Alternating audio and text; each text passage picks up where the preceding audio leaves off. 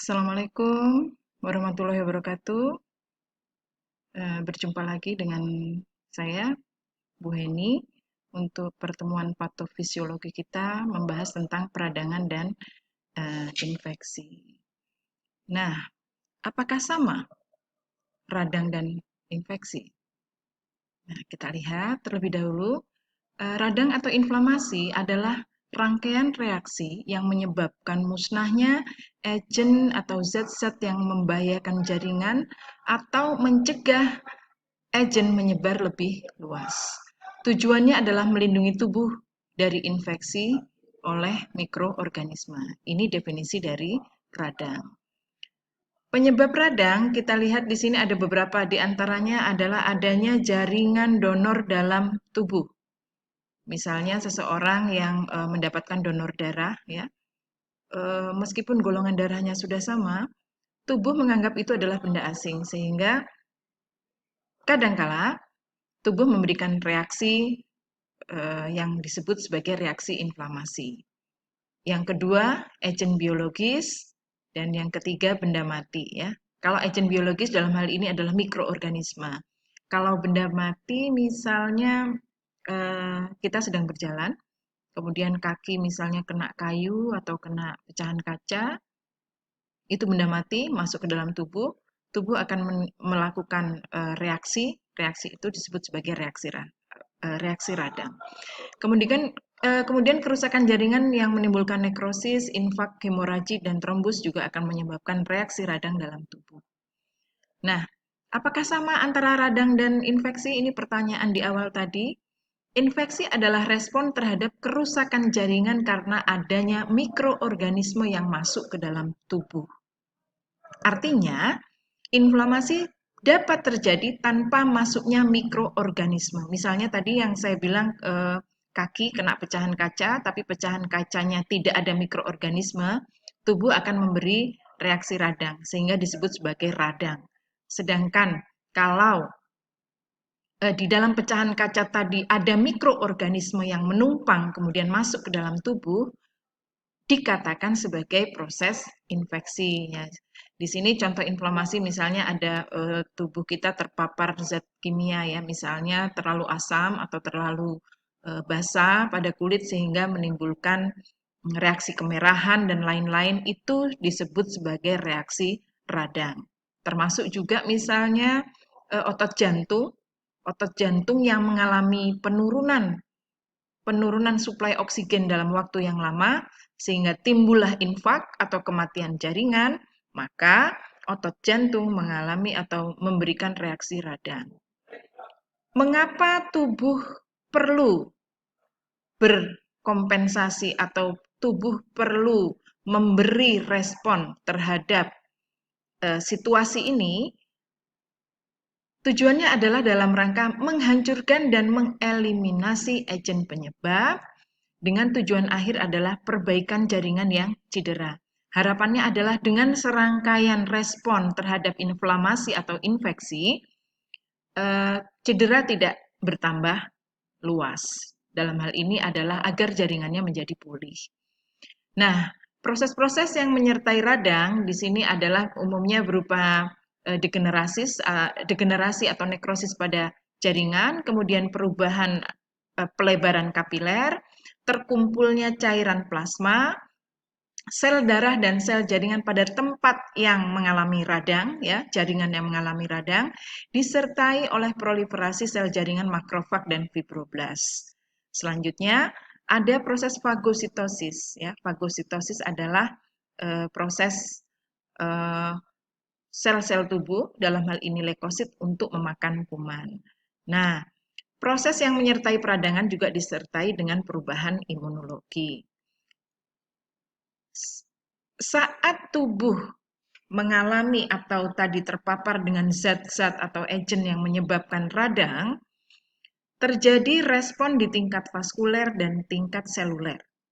Nah, ini di dalam gambar ini bisa kita lihat di tingkat pembuluh darah atau di tingkat vaskuler adanya cedera, ya, jaringan yang mengalami inflamasi atau mengalami tadi beberapa penyebab tadi kan mengalami kerusakan, ya, sehingga mengalami cedera akan mengaktifkan yang namanya media inflamasi.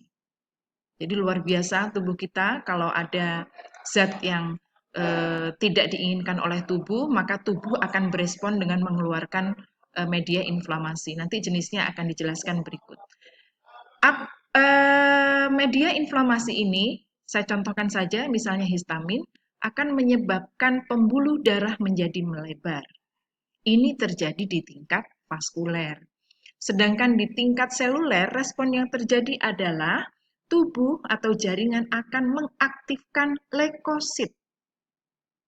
Untuk apa? Untuk melawan mikroorganisme atau zat-zat yang dianggap sebagai bahaya untuk tubuh.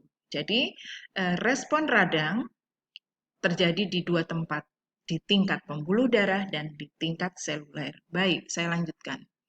Nah, ini ada ilustrasi ya. Ilustrasi di sini ini adalah gambaran pembuluh darah ya. Tadi dikatakan histamin, salah satu contohnya mediator kimia yang akan dikeluarkan pada saat tubuh mengalami radang, mengalami vasodilatasi. Nah, ini ada gambar yang tidak rapat ini ya, vasodilatasi artinya pembuluh darah merenggang. Terjadi peningkatan permeabilitas.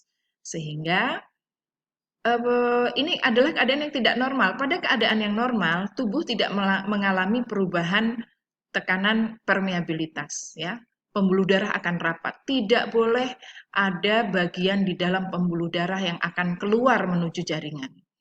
Tapi karena kondisinya adalah terjadi peradangan, maka terjadilah peningkatan permeabilitas.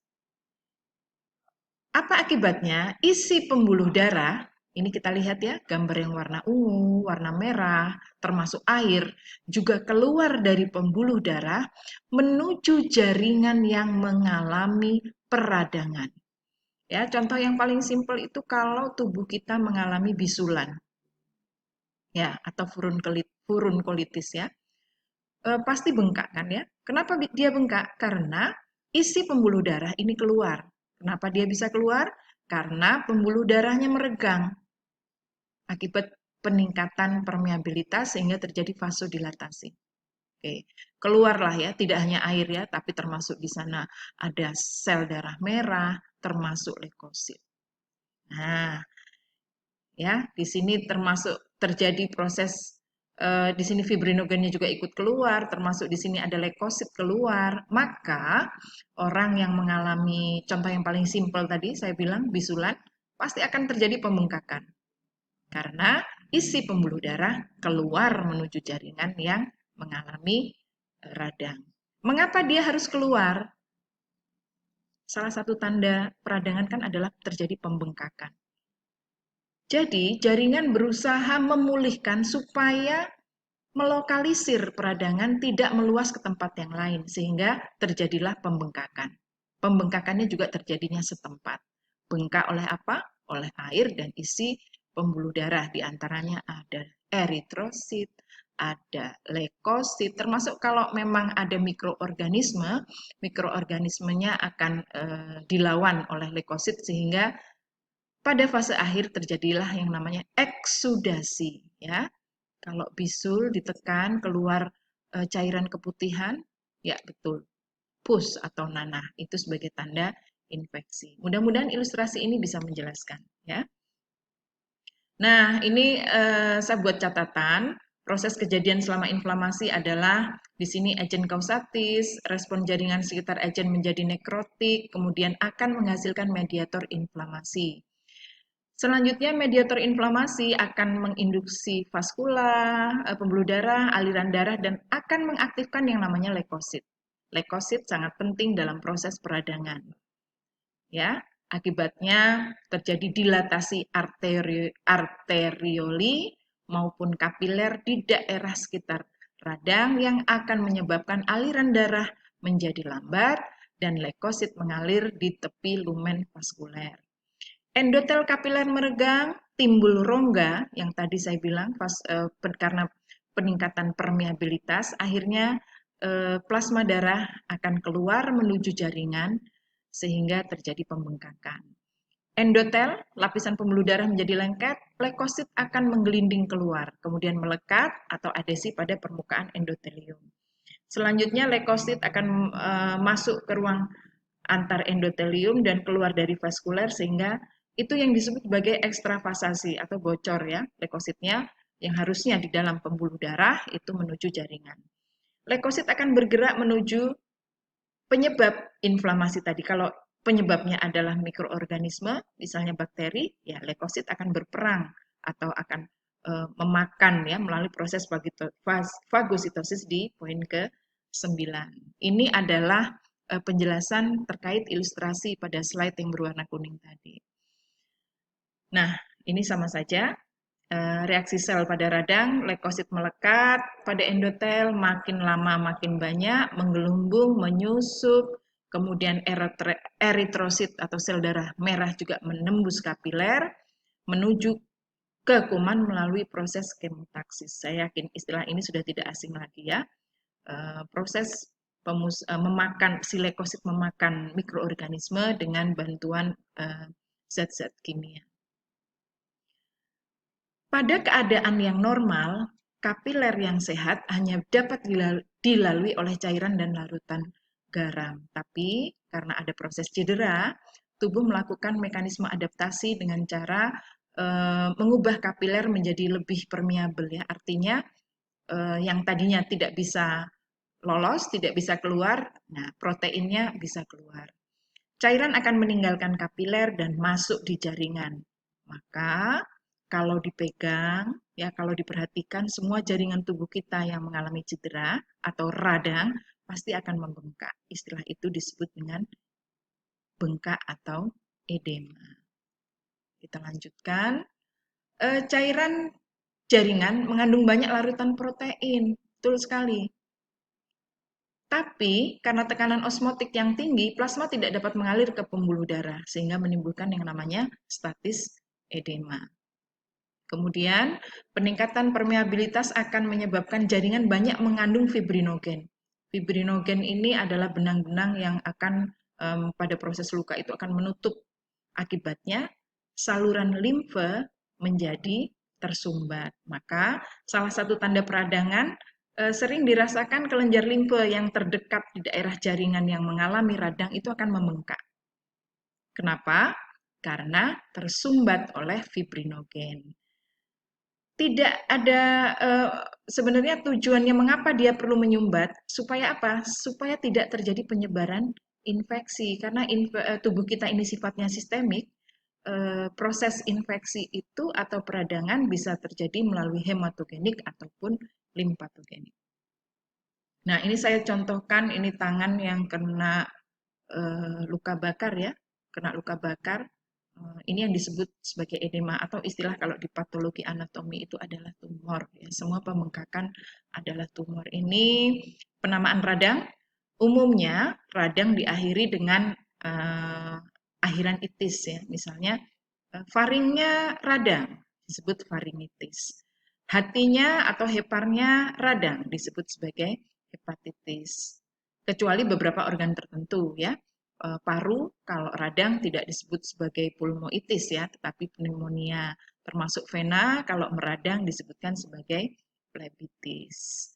Nah, ini beberapa media inflamasi yang nanti bisa dibaca pelan-pelan ya. Di antaranya adalah histamin. Histamin memiliki kerja memvasodilatasi vaskuler. Kemudian ada serotonin, ya sama, meningkatkan permeabilitas vaskuler. Kemudian ada prostaglandin. Jika tubuh kita mengalami radang, tubuh umumnya akan mengalami demam, nyeri. Itu adalah tanda bahwa prostaglandin sudah bekerja ya sebagai mediator kimia dalam tubuh. Lalu ada komplement, lalu ada kinin dan sitokin. Nah, ini nanti dibaca pelan-pelan saja karena waktu kita terbatas. Mudah-mudahan materi ini bisa dipahami. Bagian yang kedua nanti saya akan membahas tentang